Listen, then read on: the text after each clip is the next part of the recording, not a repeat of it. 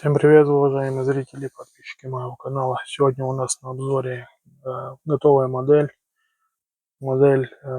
танка Объект 640 фирмы Музыка.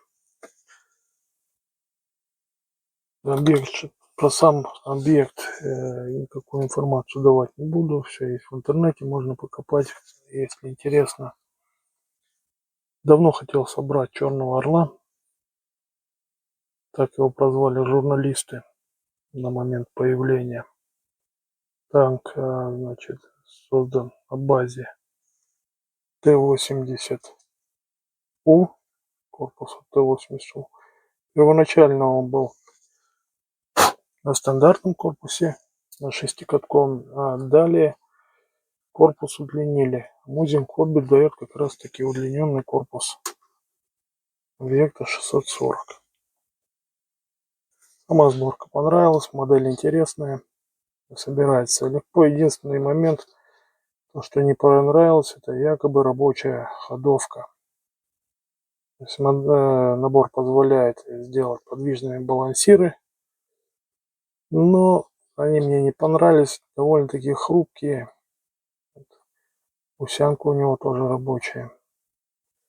Но легко фактически от любого неловкого движения разбирается.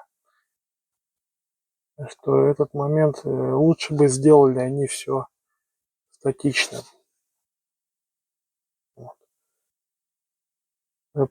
Есть планы собрать еще шестикатковую версию. Возможно, даже приобрету еще один такой наборчик. В данный момент он стоит не очень дорого. В районе 2200 рублей. Можно найти.